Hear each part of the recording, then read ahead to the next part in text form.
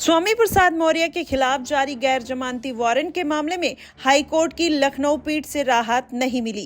Court ने यह कहते हुए मौर्य की याचिका खारिज कर दी है कि पहली नजर में उनके खिलाफ आरोप है जिन पर ट्रायल कोर्ट में ही विचार हो सकता है। इस टिप्पणी के साथ कोर्ट ने परिवार की कार्रवाई समेत उनके खिलाफ जारी गैर जमानती वारंट निरस्त करने की आग्रह वाली याचिका अब खारिज कर दी है। आपको बताएं, न्यायमूर्ति जसप्रीत सिंह की एकल पीठ ने यह आदेश स्वामी प्रसाद की याचिका पर दिया है। शहर के सुशांत गोल्फ सिटी निवासी दीमक स्वर्णकार ने अदालत में स्वामी प्रसाद मौर्य संघमित्रा समेत अन्य के खिलाफ परिवाद दाखिल किया है। वहीं परिवादी का आरोप है कि वह और संघमित्रा 2016 से लिव इन रिलेशनशिप में थे। वहीं संघमित्रा और स्वामी प्रसाद मौर्य ने परिवादी को बताया है कि संघमित्रा की पहली शादी में तलाक हो चुका है।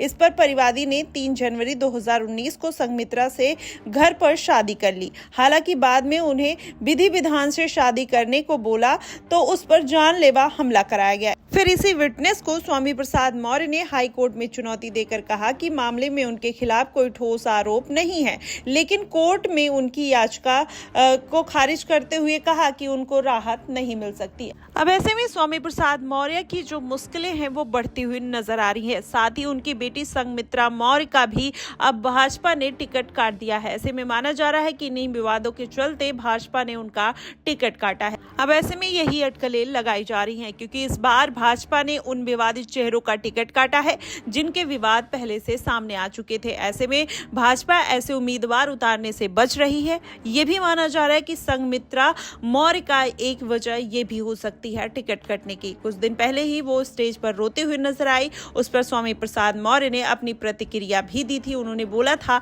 कि ये कायरों का काम है। उन्होंने कहा कि मेरा मानना है टिकट कटने से रोना नहीं चाहिए। अगर ऐसी बात है तो मैं घर पर जाकर उससे बात करूंगा। ऐसे में स्वामी प्रसाद मौर्य ने अपनी प्रतिक्रिया दी थी, लेकिन अब जिस तरीके से वो विवादों में फंसते हुए नजर आ रहे हैं, ऐसे में माना जा रहा है कि स्वामी प्रसाद मौर्य के लिए आने वाले दिनों में बड़ी मुश्किलें खड़ी हो सकती हैं और उनकी बेटी का राजनीतिक कैरियर भी कहीं ना कहीं अब दांव पर लगता हुआ दिखाई दे रहा है। हालांकि भाजपा ने इस बार बहुत सारे प्रत्याशियों का टिकट काटा, लेकिन संघमित्रा को कहीं ना कहीं ऐसे विवादों में फंसना और उनका टिकट कटना उनकी मुश्किलें बढ़ाता हुआ दिखाई देता है। अब देखना होगा कि संघमित्रा मौर्य फिर से भाजपा का भरोसा जीत पाती हैं या नहीं।